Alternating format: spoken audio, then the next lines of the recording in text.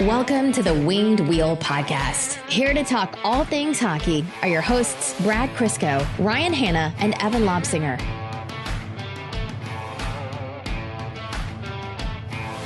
Tempting fate. Again, recording right before an episode, even though we have to, is always tempting fate. And immediately within like 8 hours, I'm like, well, that whole episode's going to sound so dumb because we missed this, massive event that just happened in the Red Wings game. It is one of the 10 commandments of the podcasting world. Yeah, the utmost truths that are carved in stone. Yes. It's what made us throw away literally an entire episode this past summer because Alex DeBrincat got traded immediately after we finished recording. Thou shalt get screwed if not properly timed. Yeah. January is full of stuff like this, so buckle up, folks. We're going to be recording at weird times and sometimes dates pretty often here, so that's guaranteeing some big things happening in the Red Wings world. Folks, welcome back to the Winged Wheel Podcast, here to talk to you about all things Detroit Red Wings hockey, the world of the NHL, and lots more. I'm one of your hosts, Ryan Hanna. I'm Brad Crisco. And I'm Evan. On this episode of the Winged Wheel Podcast, we have a full roster. Brad's back, although you might hear his stomach talking to you on this episode. We are going to discuss the Red Wings' most recent game at the time of recording, because we're recording a couple hours before the Anaheim game, but the LA game last Thursday, we're going to cover that. The storylines from that game, Alex Lyon's big win, the shootout seal by Patrick Kane, the shootout winner by Lucas Raymond, how that game kind of played out overall, and the fact that Detroit has 4 points out of 4 on this West Coast road trip, surprisingly. We'll be talking about the All-Star game and Detroit's All-Star representative going, as well as some larger discussion on thoughts on the format of one player per team and how we feel about that. Updates on what the Red Wings might be rumored to be looking for in the trade market. And then, of course, the topic that is, had the hockey world a buzz over the past little while, the World Juniors. Sweden versus USA, that gold medal game. Obviously, that was a Trey Augustine versus Axel Sandin Pellikka and Anton Johansson game for Red Wings fans. We'll cover how that one played out, as well as some pretty big storylines in the NHL. We'll see what we can actually get to here. Connor Bedard out injured. Some debate on that hit. Brad and I were talking about it before, and I think we already disagree, so that should be a fun one. We'll be taking a look at William Nylander's potential contract incoming with the Toronto Maple Leafs. At the time of recording, it's not confirmed, but we have an idea of what it might be, as well as some other notes from around the NHL and the hockey world. Before all that, I want to let you know, Winged Wheel Podcast Night at the LCA is on Saturday, March 2nd, 2024. What Winged Wheel Podcast Night at the LCA is a partnered event with the Detroit Red Wings that we host at Little Caesars Arena right before a Red Wings game. So when you get a ticket, you get the ticket not only to the event, but the game itself. So that's the game against the Florida Panthers on Saturday, March 2nd. It's our 6th time running the event. We host a live episode of the Winged Wheel Podcast before the game at Little Caesars Arena, featuring us, the hosts, and more importantly, Ken Daniels. And we'll keep you posted as to what other special guest stars are coming for this time around. If you come to that live recording, you not only get access to the event and the game and all the merch and stuff that we give away at the event, but also you get a special co-branded, officially licensed Detroit Red Wings and Winged Wheel Podcast hat. You'll have two options: the black hat from one of the events that we ran last year, in case you want to opt for that one and you didn't have a chance to get it then, or a new one that we're designing for this event. We will release what that looks like to you once it's developed. So go to the link in the description or type in wingedwheelpodcast.com/Red Wings into your browser to get your tickets today. Only the first 400 ticket buyers get those special edition Winged Wheel Podcast Detroit Red Wings co-branded caps. Again, your ticket gets you a discounted ticket to the Detroit Red Wings game, access to the event, the special edition cap, the event itself. You can have a meet and greet with us, the hosts, and more importantly, Ken Daniels and any other special guests. There's going to be an opportunity to get food and drinks. There's going to be other merch and things that we're going to give away. And a portion of the proceeds from every ticket sold will benefit the Jamie Daniels Foundation. And when we all go watch the game together, you can sit in either the mezzanine, which is a fantastic view. It's where Ken and Mick call the game from. We also have lower bowl and upper bowl seats. So again, link in the description or go to wingedwheelpodcast.com/Red Wings. Okay. The Detroit Red Wings beat the LA Kings, and if you told me that was going to happen, what was it, 5 minutes into the game? Not even 5 minutes into the game? I would have thought, yeah, no chance. They already had the unlikely win against the San Jose Sharks earlier in the West Coast road trip. LA started the game scoring at 1 minute and 50 seconds in, and then 4 minutes and 18 seconds in. Defensive holes, missed assignments, moving off of your the defender you should be marking. Whatever you're looking for, defensive lapses galore. and LA was up 2-0 early, and we thought, oh, here it is. This is the Red Wings we've been watching for the last long time. New year, same team. That's what it seemed.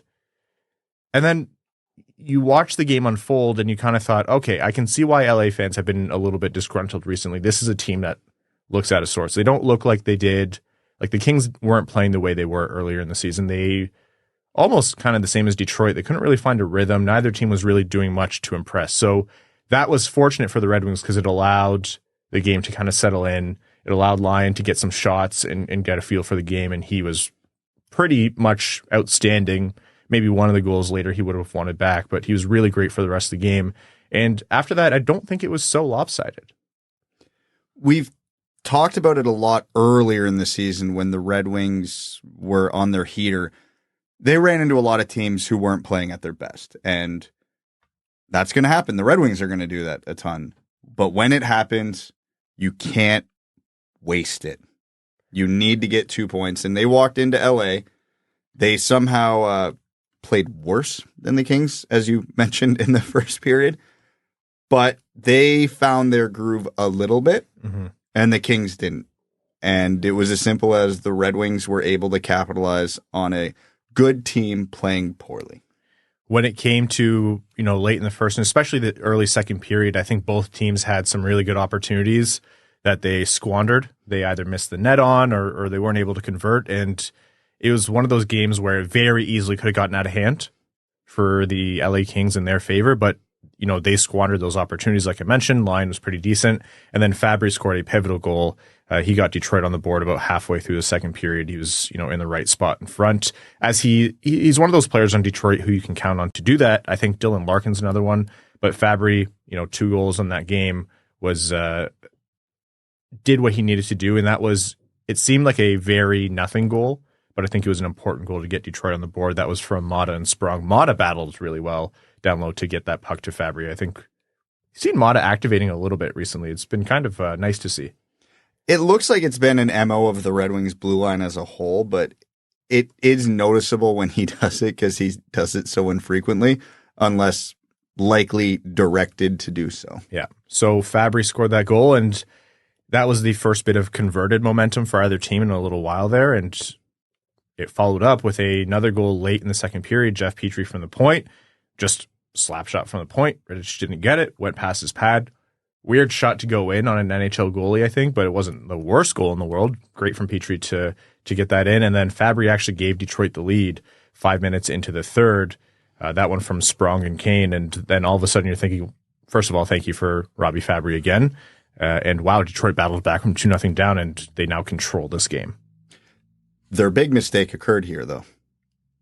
They got a third period lead. They should have just done that right at the very end where they wouldn't have had time to squander it. Exactly. Timing is everything. That pass from Kane to Sprong in front, who took the shot, that was just, that's the definition of a soft touch. Yeah, and Fabry was in the right spot once again in front of the net. Mm-hmm. You look at the things that Patrick Kane does, because we joke a lot off air of what Patrick Kane doesn't do.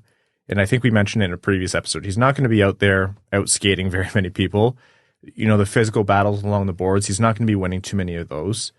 But the soft hands and the ability to read a play and just do something in and of itself rather unremarkable, just a quick tap back of the stick to find Sprong in front, but finding that soft area and just getting that quick pass off without a lot of pomp and circumstance in the corner. It's one of those small plays that highlights that's what Patrick Kane brings to your roster. And the more players you have that can do that, the more times you get the puck in that high danger area. Timing on passes is everything. It's one thing to see it. It's one thing to being able to hit it. But if you don't hit it at the right time, it's irrelevant. The game, predictably, was tied by LA. About 5 minutes, just under 5 minutes left in the third. And then we head into overtime where that was an insane OT.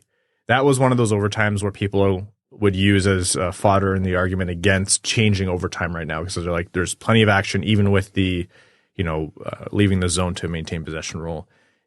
It went both ways. Alex DeBrincat could have ended the game twice. One of those was as all alone as he can be on a breakaway. The closest player to him was another Red Wing, and wasn't a great, attempt by him. The goalies did what they needed to do, and it went into a shootout where Lyon was perfect, but Lucas Raymond and Patrick Kane scored 2 clutch goals. And you guys know how I feel about the shootout. I'm not the biggest fan of it anymore. I think it feels a bit gimmicky. But in terms of doing a shootout well and making the most of your opportunity as a shooter, those 2 were as perfect as you can ask for. Brad, as a forward, as a shooter, walk us through those 2 shots that Raymond and then Kane took. Well, one of the fun storylines as hockey evolves is how do shooters evolve? And you look at even overall save percentages going down this year. It's because shooters evolve, and I think Lucas Raymond's goal is the perfect example. In this modern day of the big NHL goalie, you don't live under the bar like you used to because the goalies get there. And one of the cheater spots for righties now is under the glove. It's hard for a goalie to get that glove down quick as opposed to getting it up quick. And you get a guy like Lucas Raymond come down on the angle, pull it from backhand to forehand quickly. So he's moving the puck about 2-3 feet of actual distance. So now the goalie has to move. And when you're moving laterally, you're not worried about your glove going up, down. You're just worried about getting to it. So you get that gap between the glove and the pad. You look at Travis Konechny this year, I think 80% of his goals have went in that exact spot. And Raymond's now finding success with it in the shootout consistently. As many consistent as you can be in something you do maybe 5 times a year. Yeah. But it's a smart play, and it's one of the more modern ways of scoring goals against big goalies. Patrick Kane is just the old school. I'm just going to make the goalie move, and the second he does, it's going through his legs. Yeah. You're just timing that. He's essentially, it's almost a no-win game for the goalie. That's part of the reason why I actually don't love the shootout. I think there's a way to have almost automatic goal. I think Kuznetsov in Washington, like, it's fun. And if that was a Detroit Red Wings player, I'd be celebrating it. I'd be biased for sure. But watching it as a neutral fan, I'm like, well, the goalie has no chance there. And Patrick Kane's move that I think dangles into is it holds the goalie into you have to choose. Are you going to open up the 5-hole, or are you going to keep it closed and just give him the short side to shoot on, or that left side for Kane? So, very smart move by both of them. Showtime is becoming a thing in the shootouts, and Detroit having those shootout weapons is valuable. Fun way to end the game for Detroit. I'm a big fan of the shootout as long as the Red Wings are winning them. That's, if you break down the mechanics of it, that does seem to be the thing that influences our opinion the most. But man, the Wings were pumped about that. You see the video that Bally Sports Detroit put out of them dancing coming off the ice? Jake Wallman's, his personality is infectious to that team. You can see he is impactful on and off the ice, that guy. Just the easiest guy to root for. Redefining what it means to be a leader. Toronto could never. That was Detroit. They're 4 points out of 4 on that West Coast road trip. I think the LA game, I'm not going to call it the same as the San Jose game. The San Jose game, I was like, Detroit was not the better team, and you put up that effort, most nights you're not going to walk away with 1 point, let alone 2. The LA game, I think, was a lot more, you remove the horrendous start, and then you could, see the result and say, oh yeah, Detroit, very predictable, or I could say even very understandable that they walked away with 2 points. But a very tough December, a lot of poor results in December, and it wasn't with strong play. They played poorly in December.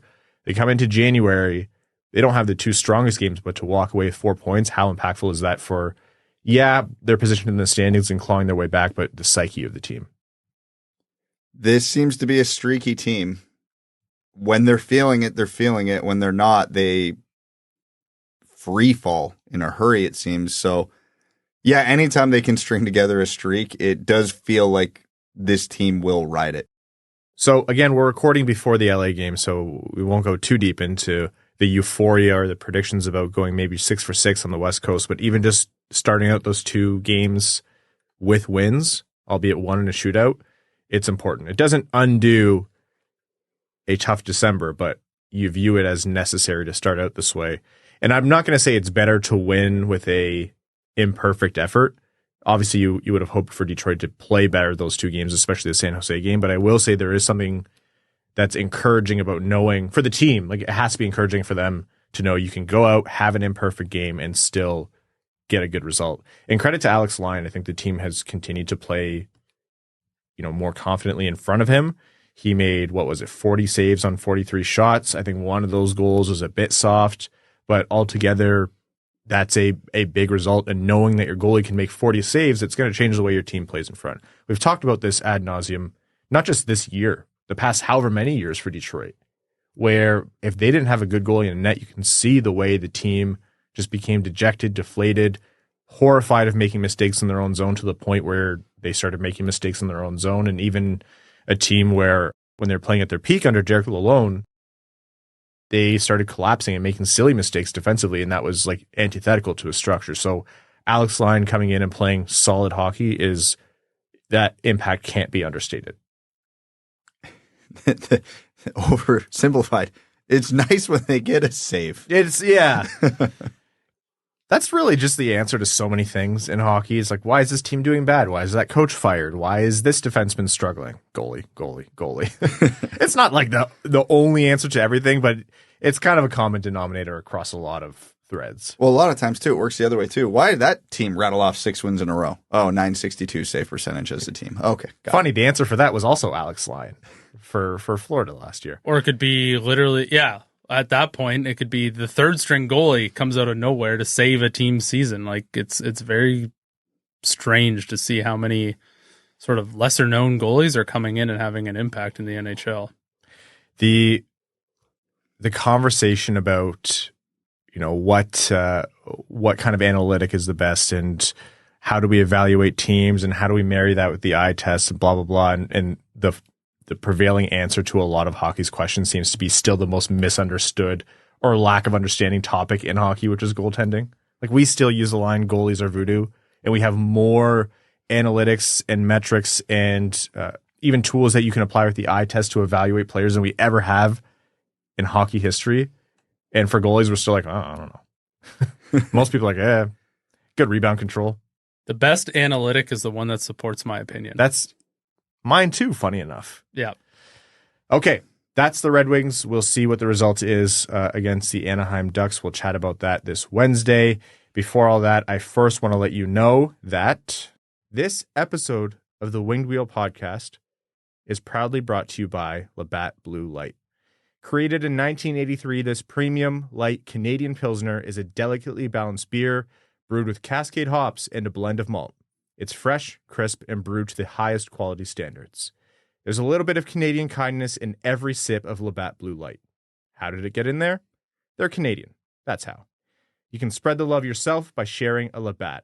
So head to the link in the description of this episode or the one you see on your screen to find Labatt in stores near you today. You must be 21 or older, and as always, enjoy responsibly. All right. Welcome back, and let's chat very quickly here about Detroit's All-Star representative. Most of the team was picked. There's still going to be players voted in, but the teams got some representatives picked from them, and Detroit's was Alex DeBrincat. Any surprise? Not really. I'm just glad it wasn't Dylan Larkin. He's glad it wasn't Dylan Larkin. Did you guys see the Oliver Borkstrand video that they released about them announcing him going to the All-Star game? That was so funny. I can't believe they actually posted that. I can't either. I was physically cringing watching that. I thought it was going to be this like great story, and he was going to be all happy and stuff. And he's like talking about how his wife booked him a resort in Cabo or somewhere like that. And now he's like excited to have the time off. And Dave Haxtell is basically like, well, you're going to have to cancel that flight because now you're going to Toronto. He's like, oh, wow. Okay. Yeah. It was the most hockey player talking to his GM conversation ever. Yes. He's like, oh, wow. Oh, okay. You can he knew his wife was pissed. I would be. Yeah. Hey, cancel the vacation. You're going to Toronto in February. Famously amazing weather. Yes. That's the opposite of hell on earth. The frozen hell on earth. Oh, I was going to say heaven on earth. It smells like garbage and sewage. The big city smell. Yeah. No, that's just Lake Ontario. Yeah, that's right. It's so funny for these players because we have these conversations of where should the All-Star game be, and every single fan base is like, my city, and I've wanted the All-Star game in Detroit before, and I'm like, finish the District Detroit and let's show off Little Caesars Arena a little bit more. And then you remember, like, if players aren't going to the All-Star game, they're vacationing. Yes. So, hey, come to sunny Toronto, Ontario in February instead of going to Fiji. That's a tough sell. It's a good primer if you want to play in Magnitogorsk. That's right. Where Europe and Asia meet. That's true. Yep. Anyhow, DeBrincat was picked. What do you guys think of this whole every team gets one representative thing? There's a little bit of discourse on it online, and I'm going to preface this by saying I don't particularly care so much where I'm willing to die on this hill, but it does feel a little bit contrived to me. I understand it, and I'm good with it, but there's an asterisk on my opinion for this. I understand that you want all markets tuned in and invested in this. You're showcasing a league-wide event. I understand that you want it to be a league-wide event. I fully get that. And for the most part, I agree with it. Where we as fans and podcasters and anybody who is going to ever comment on it has to understand then, when we are talking about career accolades with players, this is not something that gets brought into the conversation. This is a showcase event, not a prestige event. The All-Star team is picked at the end of the season. It's a different thing. Exactly. The post-season All-Stars, this guy was on the first All-Star team, this guy was on the second All-Star team. Those are a prestige conversation. This is just a showcase. And so that's why, you come in and you're like, oh, it doesn't matter too much. I would like to see it where only players who deserved really to get in, and that might be like 4 Tampa Bay players in a year. Like William Nylander wasn't in on the initial pick, which is ridiculous considering the season he's having. But by these rules, that's how it was going to play out. And that's why they have a remaining dozen or so that can be voted in for the Nylanders. But to me, it's like, if you want to really get people to care about this, showcase the league to new fans, etc., you're going to want the best players there, not guys who have like 23 points. Yes, let's showcase games. it to new fans in Toronto, Ontario. Well, it's for TV, more like. Yeah. Right? So, anyways. But we're almost the perfect argument for why they need to do this. If there wasn't a 32-team representation mandate, when was the last time the Red Wings would have had an All-Star? There was a couple of years in there, like, Seider's rookie season, etc. Again, in the Atlantic Division. Well, you're telling me Jimmy Howard didn't deserve to go that one year? Jonathan Bernier had like the fan vote from the Red Wings. Honestly, like this guy he deserved the time off, so we wouldn't vote. Not even to be funny or make a joke of it. If you're actually picking the best players in the league, when did Datsuk retire? I think it might have been Lidstrom, because like the last couple of years of Zetterberg and Datsuk, they weren't getting in. Oh, that's too much. That's too much. You might have had one random Larkin season in there where you could have justified it. Maybe one of the final years of Zetterberg or Datsuk. That's it. I think when you like the Seider rookie season, like you look at stuff like that, like they also lean on young stars as well. But again, Thomas Vanek had a big season for us. I think he was probably going to be in there. But taking to your point, if this is purely merit based, so you're taking storylines and feel good stories out of the decision making equation, I don't know if they've had one since. I'm needling your point for like the minutia of it. It overall stands. Detroit wouldn't have been at the All-Star game a lot at the very least since we started this podcast. Maybe one, possibly two since Lidstrom retired at best. And reminder, that was now 12 years ago. Well, there was a lot of, bad team has bad players. So there probably would have been a lot of teams that would be struggling to send or get a representative. And that's exactly why, this is defeating my own opinion that I just said a few minutes ago, that's exactly why the NHL mandates it. Otherwise, people would have forgotten that the Detroit Red Wings existed.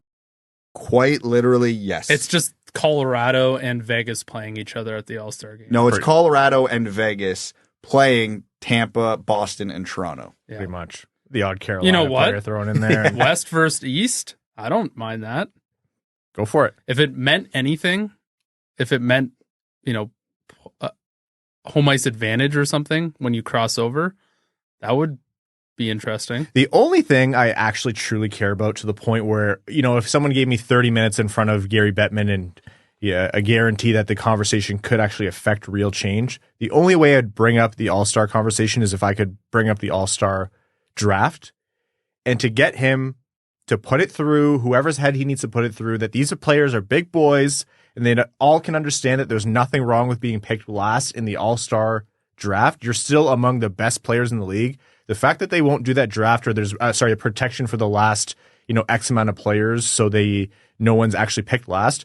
Give me a break, dude. This is the best hockey league in the world. These are the best players on the planet. You're picked among the best 30 or 40 best players on the planet, and you can't handle being picked last. Give me Alex Ovechkin and Phil Kessel being loaded at the All-Star draft, and the last player picked gets a car again. That's what everyone remembers and cares about. Stop trying to baby them. And if this is coming from the PA, I don't care. If it's coming from the players, I don't care. They're all big boys that can all handle being picked last. It's great entertainment. The NBA does it, or they did do it. I don't understand why we went away from that. Whose sensitivities are we trying to protect here? Phil's. Oh, I was picked last and I got a car. Oh, I'm going to cry into my millions. Give me a break. Reward them. If you're picked last. And I don't think that's what the players think, for the record. Yeah. If you get picked last, you get to skip the All-Star game the following year and enjoy your vacation. You get like an immunity idol. You can play it any time over the next 5 years. Now we're talking. And if you don't get picked to the All-Star game again, you can sell it to Alex Ovechkin for $100,000. He'd buy it. Hey, we want 10% royalties, NHL. There. Problem solved. Well, players are just worried because if they get picked last, they have to, go on auto trade or unnamed car reselling website and have to try and sell it. That's right. I don't blame them. I wouldn't want to be picked last either. Anyways, let's move on from this before we accidentally give any other companies free advertising. Okay, that's the All-Star game. We'll see as the voting goes in. Actually, very quickly here, I don't really think any other Red Wings do stand out as being likely to get voted in. Larkin, maybe you could have made a case. He'll kill you if he gets voted. He'll kill you specifically, Brad. No, I know. You could have made a case. If it had been a month longer, maybe Patrick Kane. Yeah, honestly. Yeah, seriously. He has the hype. If you ask most non-Red Wings fans around the league what Red Wings player stands out to you the most right now, I guarantee you 80% plus will say Patrick Kane. Do you think he would want to go? I'm not sure what vibe I really get from Patrick Kane on that. Here, let's just... He's an entertainer. He is. No one does his celebrations and embraces the name Showtime if they're not an entertainer. But he's also at the end stage of his career and probably would like the time to continue to get up to shape. And specifically mentioned how he didn't want to go to a team that had a lot of travel, and going to the All-Star games, additional travel. So, yeah. I hope for Larkin's sake that he doesn't get voted in. It would be cool to see another Red Wing go. It's a fan vote, right? Yeah, it's just not that kind of season. I abstain. If it can't be John Scott, we're not doing it. I'm not even interested. Okay, let's move on here. The World Juniors. Since we last spoke, it was Sweden who had already moved on to the gold medal game. Evan and I talked to you about that. The USA, Trey Augustine, sensational in net again. They moved on to the finals, and it was the predictable Sweden versus USA gold medal game. That was Red Wings prospects Trey Augustine in net for the States versus Axel Sandin Pellikka and Anton Johansson at D for Sweden. Coming into that game, my friend made me pick, and I told him, I was like, I think the States is who I would pick, but I don't know. I feel like goaltending that game is going to be what makes the difference. I was not expecting the States to be so dominant against Sweden. It was close for 2 periods, but then the U.S. pulled away in the third. Finding out after the fact that Sandin Pellikka was actually playing that game hurt. Yes. Also is a huge factor because obviously he was Sweden's top D, so that hindered him a little bit. I figured it would come down to goaltending. I liked the U.S.'s roster on paper better. They definitely were a much, much higher skill team than Sweden. But we've seen it even at the U18s a couple of years ago, where Sweden upset the States because Hugo Havelid went berserk.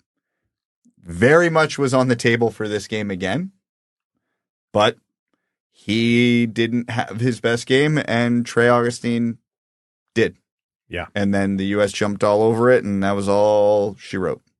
Big kudos to the American team. Like, they came into that tournament as unanimous heavy favorites. Yeah. The team is stacked from top to bottom. They come in, they handle that pressure, then they play the host nation in the finals, and they hand them a loss convincingly.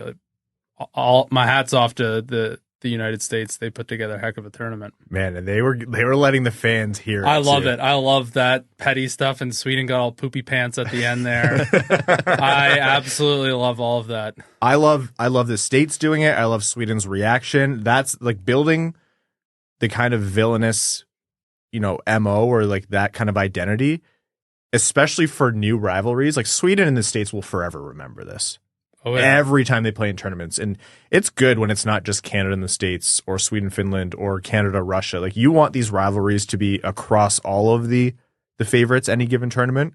So that was, I had no problem with the blowing the kiss to the crowd, and I had no problem with the crowd giving it back. I love all of that. Anton Johansson, pretty much the only thing he did that game was throw a lot of gloved punches. Was it a great look for him? Probably not, but it was hilarious to see. And then even the Brad-sized players on the States were getting back into it. That was classic World Juniors. I actually thought more of the tournament was missing that kind of intensity.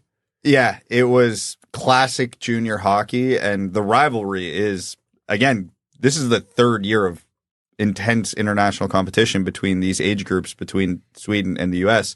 So if we're sitting here in 2028 covering a Red Wings game and we're wondering why every single one of Axel Sandin Pellikka's shots went right past Trey Augustine's ear, we know why.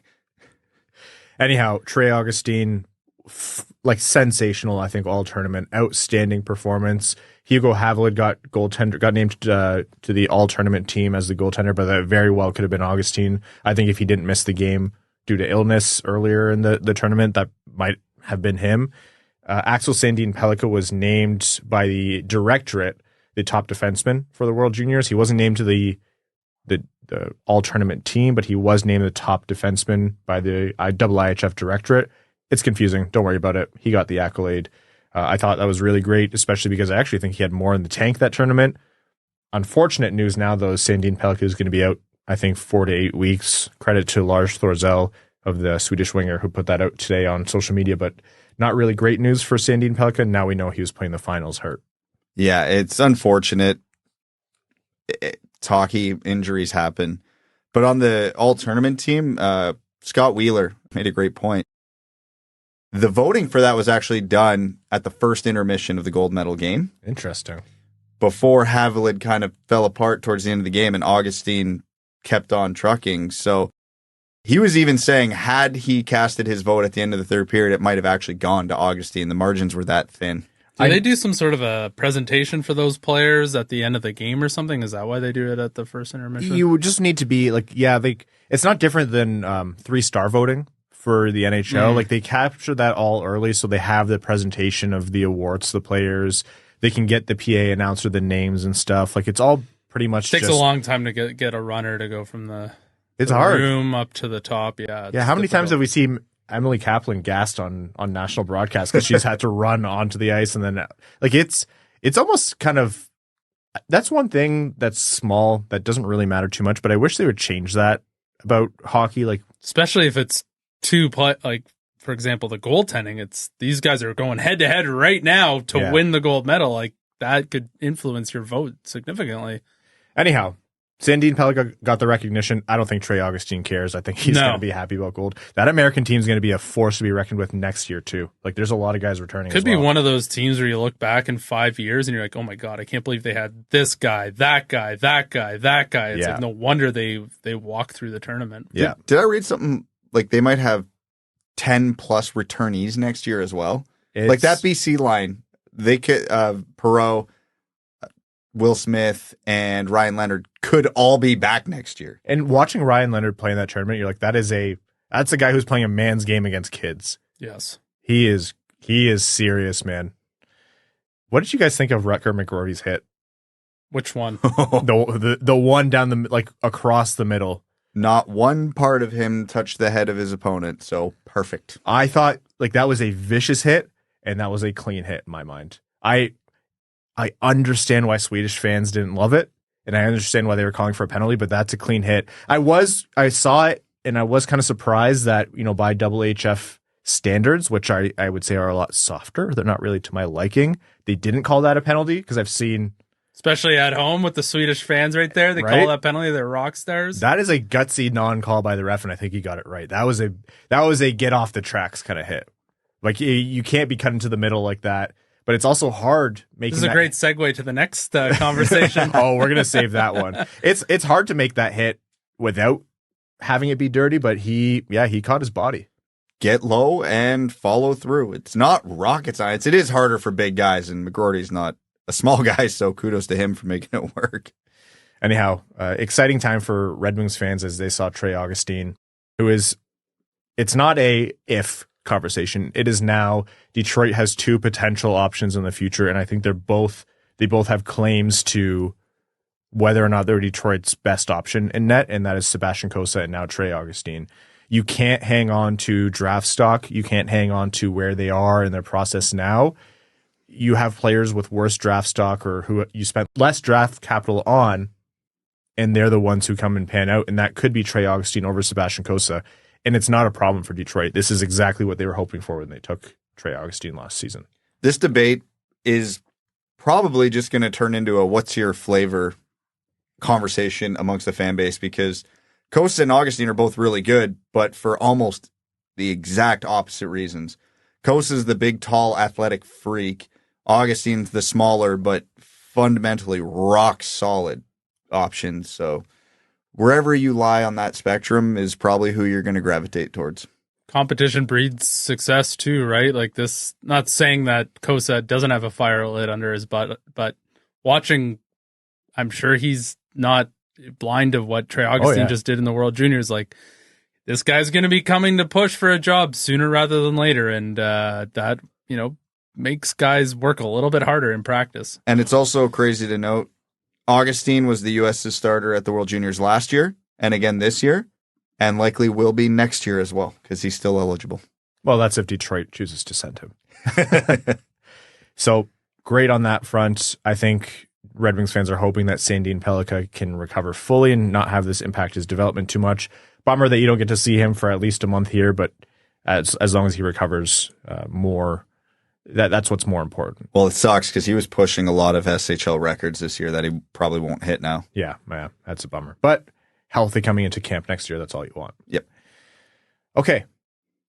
Let's jump into NHL news, and let's start with, you're right, Evan, that is a great segue, the McGroarty hit. Let's get into the Connor Bedard injury, a fractured jaw in a game against the New Jersey Devils, where it was a play where he skated down the middle, trying to split defenders, and kind of bent over as he was stick handling. Bedard's not exactly a big guy, and Brendan Smith stepped up, made a hit, no penalty on the play. Immediately, Connor Bedard was grabbing his face, so you knew something was wrong. I thought maybe he lost a tooth or cut his lip or something. And then there was a scuffle after. Chicago's reaction, predictable, when you have your version of Connor McDavid or Sidney Crosby gets hurt and has to leave the ice. It doesn't really matter if it's clean or not. The response is to go and get a pound of flesh, and that's what they tried to do. And then Foligno fought Brendan Smith later and broke his hand on his helmet, and he's out for a while now too. And that all playing out, I don't know if you guys think differently. I have no problem with the way Chicago reacted, even if in my personal opinion the hit was clean.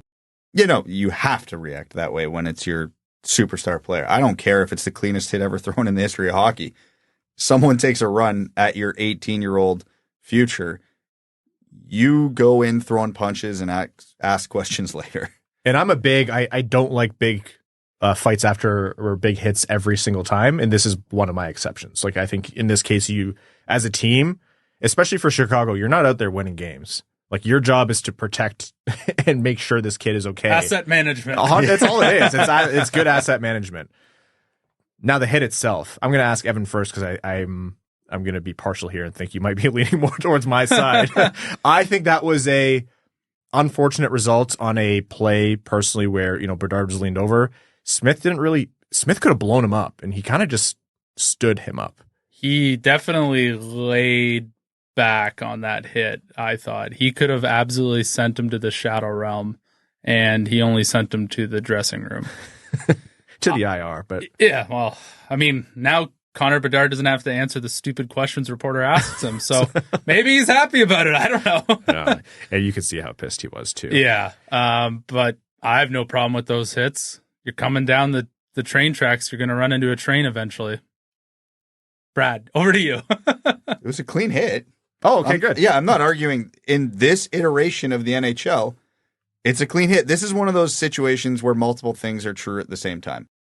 As the rule book is written, did Brendan Smith do anything wrong? No. Should Connor Bedard, as a 5'10" forward, come flying through the neutral zone across the trolley tracks with his head down like that? No, he shouldn't.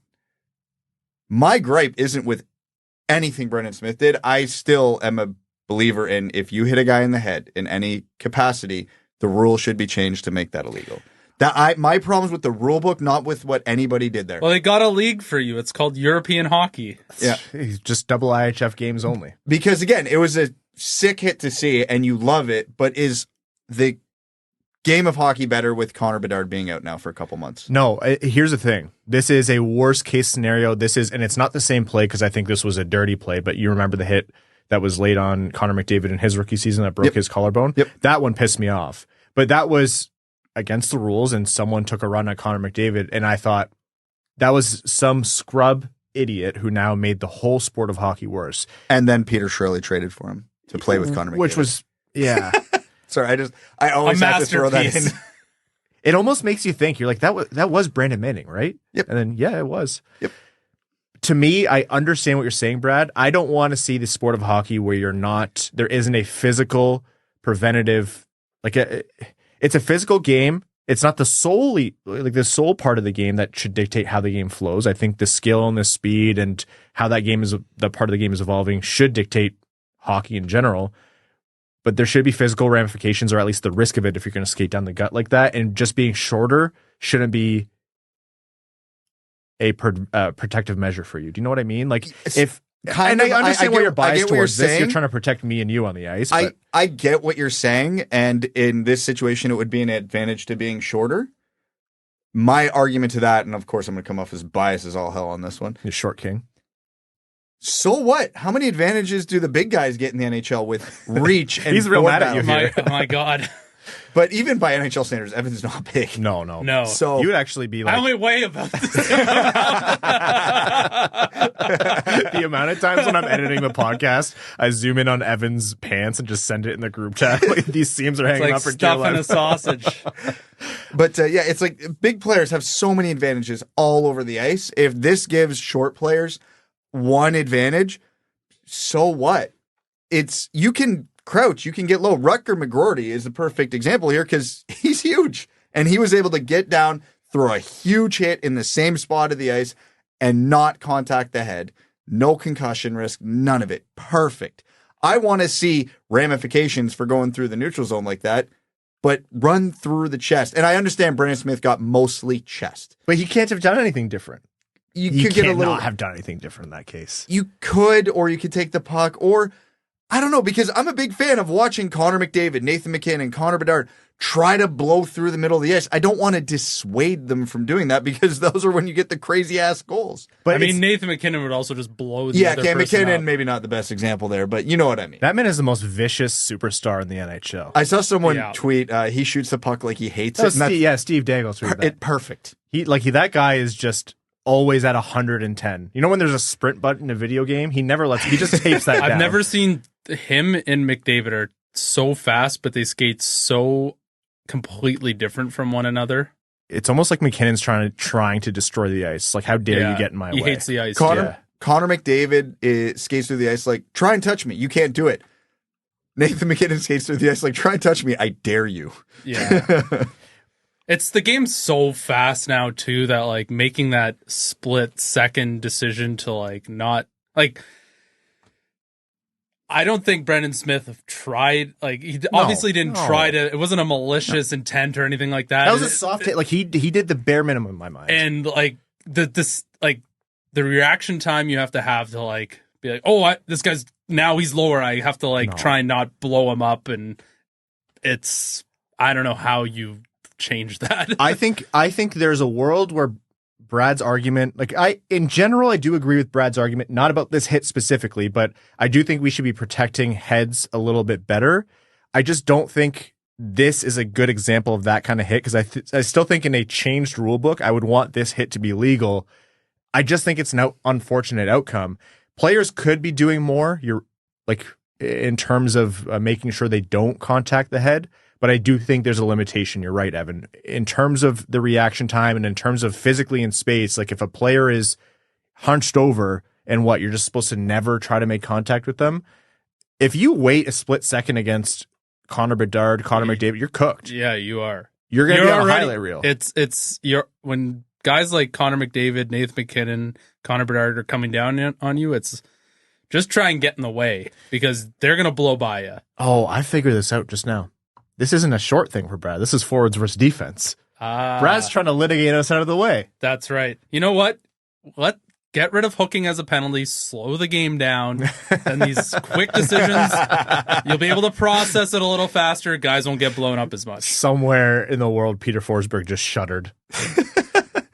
Mario Lemieux is having PTSD flashbacks with 3 sticks coming up his ribs on one rush. Here's the thing. I know, I feel in my heart that I'm right in this discussion with you, Brad, but you are completely correct that the NHL is so much worse off now if Connor Bedard is out for any significant amount of time, like especially near the All-Star game, especially as fans who are not really fans of hockey are starting to notice him and him specifically.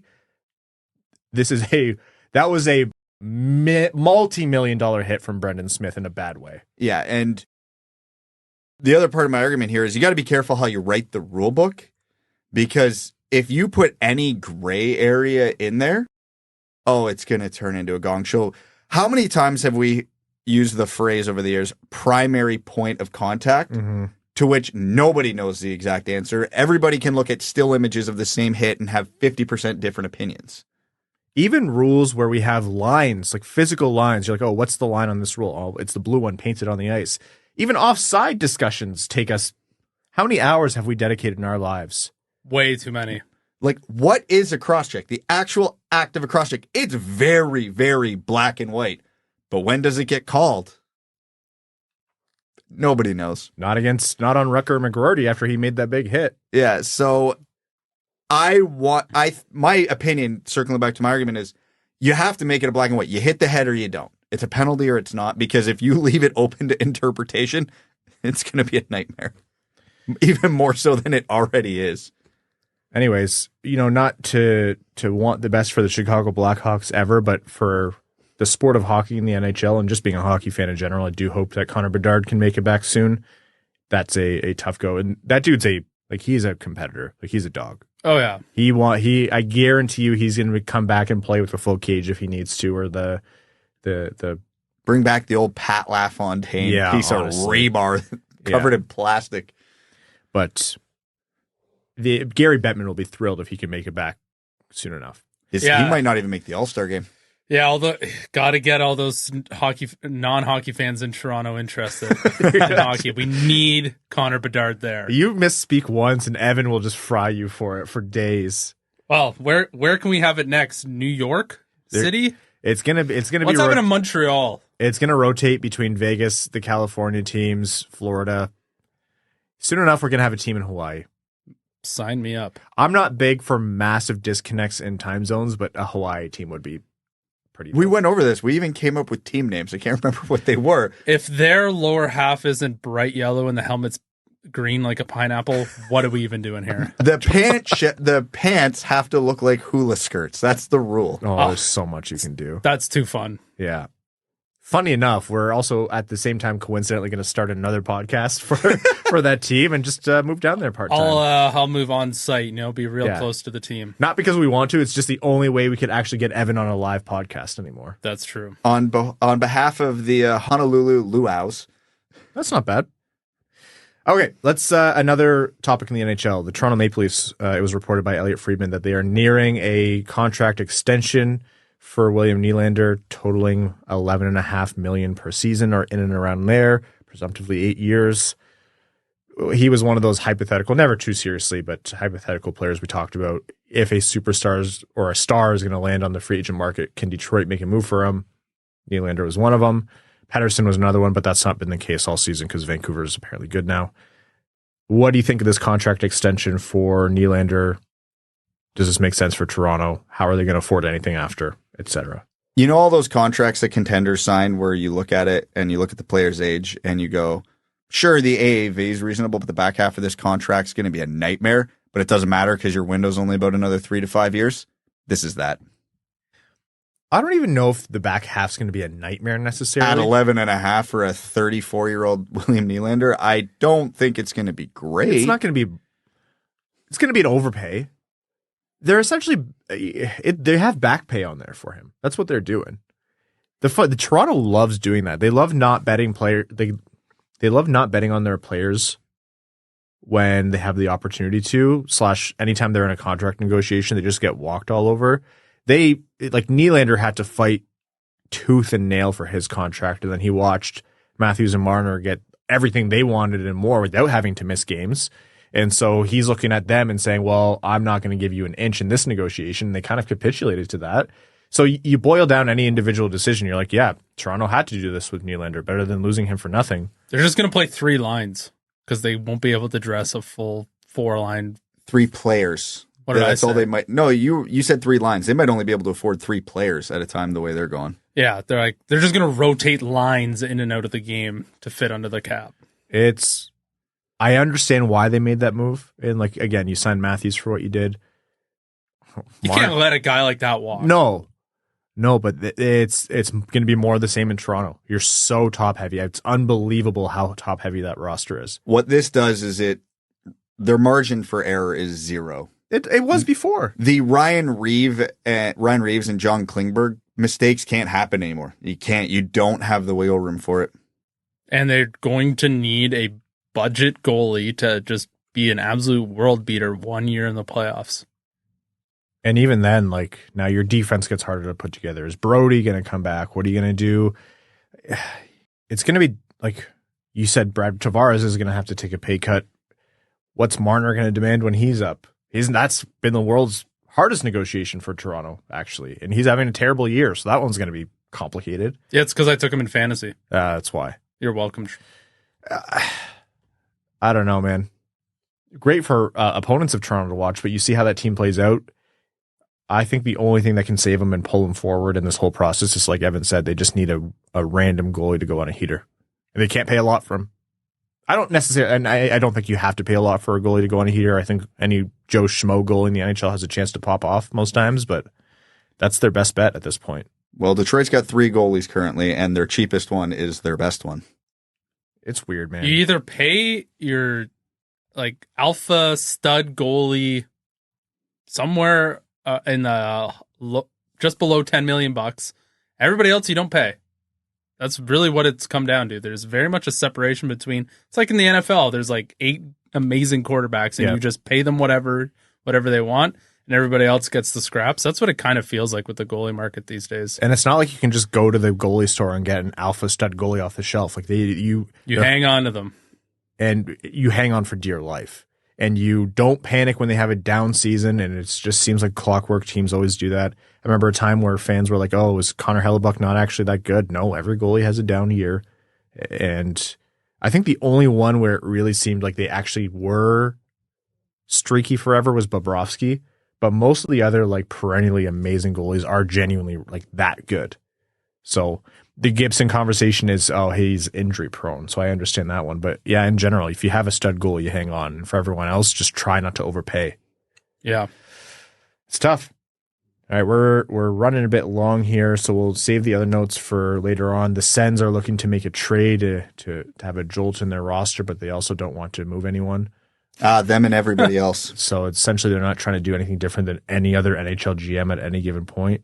And I just want to say, I do think that's smart. I'm not ripping on them for just giving away Josh Norris, for example. But then you're not going to make any significant move, though. If you're not going to make a risk of moving anyone, then you're not. That's just what everyone's trying to do all the time. Well, you have an option as long as you're comfortable never drafting anybody ever again. That's right. Yeah, just get rid of all your picks forever. I feel like Ottawa's that one team where it's just let's get this season over with, move into the draft, reset, and hope.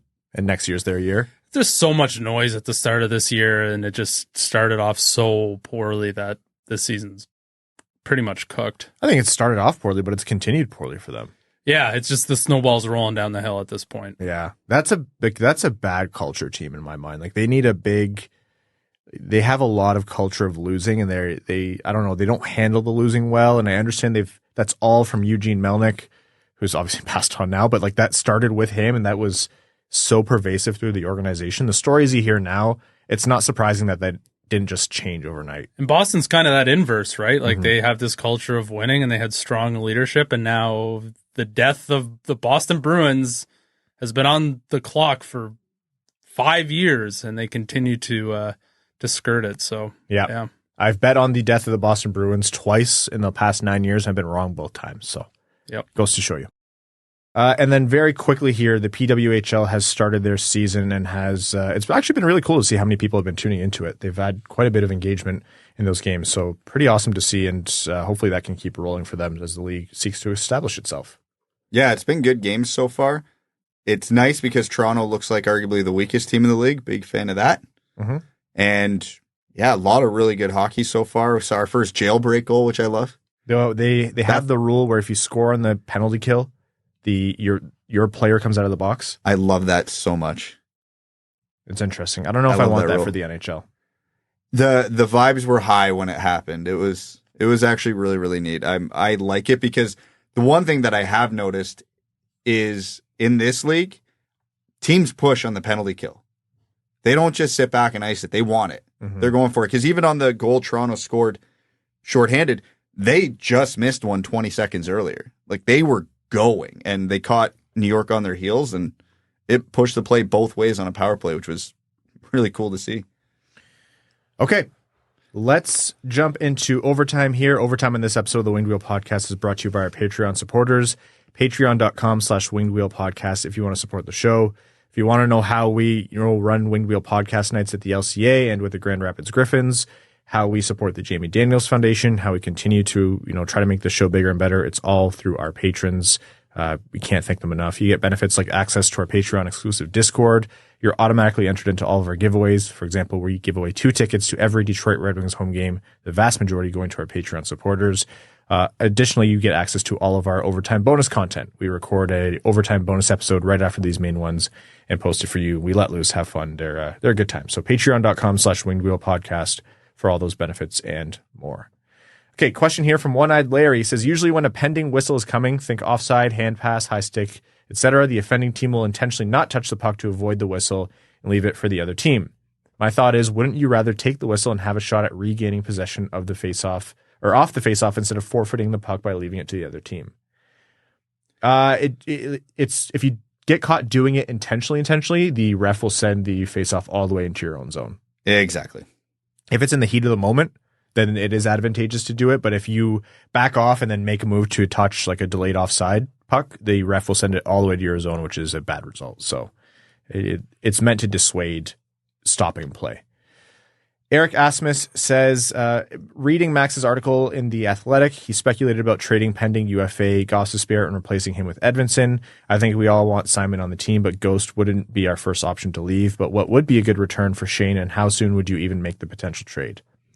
I think no matter what the Red Wings do, it's probably going to go right to the deadline because they want to know where they are in the playoff race before they make any decisions like that.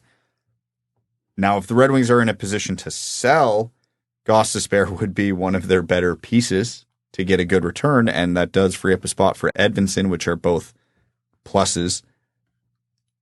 Depending what Gostisbehere's contract demands are, it's probably better to keep him around for a few more years. Yeah. But if that's not going well, then yeah, you might as well. It really just depends in my mind. Yeah. Does Gostisbehere want to stay? Is it reasonable? If not, that might make the decision for you. But yeah, it's going to go to the wire no matter what. Les Grossman's Ungodly Firestorm says, good morning/evening, gents. I've got a strategy question for you. Teams are willing to pull the goalie late in the game to give themselves a chance of catching up / tying at the risk of allowing another goal. At the same time, why don't teams send an offensive player to the opposing blue line late in a close game and have him just sit there waiting for an outlet or clear? Sure, you're playing 5v4 in the defensive zone, but I imagine the chance of scoring on the empty net is higher than scoring 5v4. I've never seen it done quite like this, and I'm not sure why. Thanks. It leads to my whole no offside argument where, yeah, you could send a cherry picker and just assume the risk of a 5-on-4. But what's really going to happen there is the defensive team's just going to send a defenseman back with him, and it's just going to turn the D zone into a 4-on-4, to which at that point, what have you really accomplished? It's funny because I can see a situation where a team plays against a poorly constructive offensive team, and they say, "Okay, yeah, I'm going to get cherry picked by the opposing blue line." But imagine doing that without your coach's consent. You would get the bag skate of all bag skates after that. Anyhow. Next question here from Not That Kind of Hockey says, even though the Wings are not currently in a playoff spot, I choose to live in delusion and believe that Yzerman will buy at the deadline. What are some realistic players on your wish list that we could trade for? This is actually something we didn't really cover during the show, but it is somewhat rumored that Detroit might be looking into defensemen. I haven't heard too much on this front, but it's not really surprising considering how bad Detroit's defensemen are. But I'm more concerned about what they move out, because you can't really be adding to this blue line without shipping out one or more of the problematic pieces right now. I don't even care if the Red Wings are in a playoff spot. They should not be sending out any premium assets in a trade unless it's for a long-term solution. And what is a mid-round pick going to get you at the deadline? Not much. So I'm in the camp of don't buy, even if you are in a playoff spot. But yeah, whatever the best defenseman you think a 4th-round pick will get you is about as far as I'm going. All right, next question here from Jeremy Dahl says, I've been just as frustrated as you guys with the compete of this team and the lack of Edvinsson on the roster at the moment and the lack of forward momentum, but I want to be positive, and if they have a good showing against the Ducks, I feel like we're right back in this. A lot of teams around us are losing when we need them to. So to ask a positive question, if the Red Wings do make the playoffs, who would you want to see them play the most? I mean, if we got the Leafs, we are maybe guaranteed to win in 7 with how their last 7 years have went. I know we would most likely get the Rangers or Boston, but we have played Boston hard. Cheers, boys. From an entertainment standpoint, Boston would be the most fun. Yes. I'll take Boston.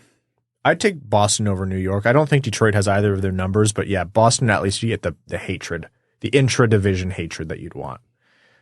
You know, maybe you beg that Florida moves up. Not that I think Florida would be an easy team, but if you want like a weaker team to get up there than Boston, maybe, but I don't know. Detroit would be hard-pressed to be remotely favored in any potential matchup right now. You could maybe argue you hope Carolina or New Jersey win the Metro because their goaltending is awful, so maybe you could exploit that.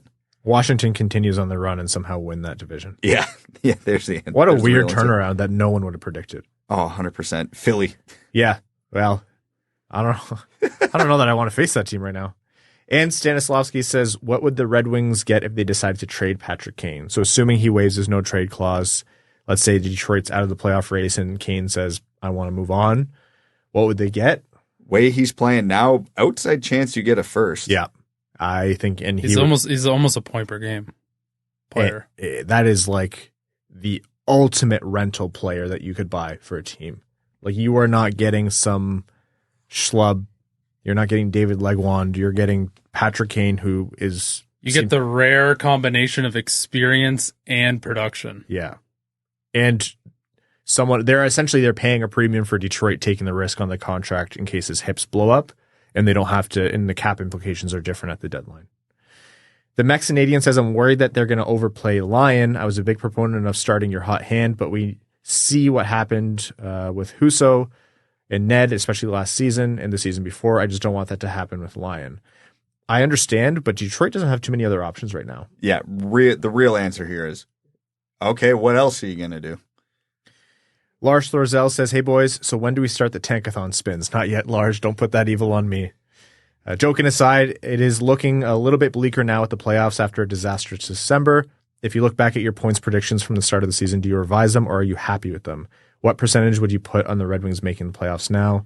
Also, Sandin Pellikka in a cast for 1 to 2 months will suck. He was so close to breaking records that have stood for 35 years. I think I was mid to high 80s for my Red Wings prediction. I think they're still trending towards that, so I'll hold that. Playoff percentages right now, I'll give it 20. Yeah, I actually think the Red Wings were outpacing all of our predictions, but specifically mine, even though I think I had them at 91 points in 6th in the division. It kind of feels like it's just falling back into where I had them.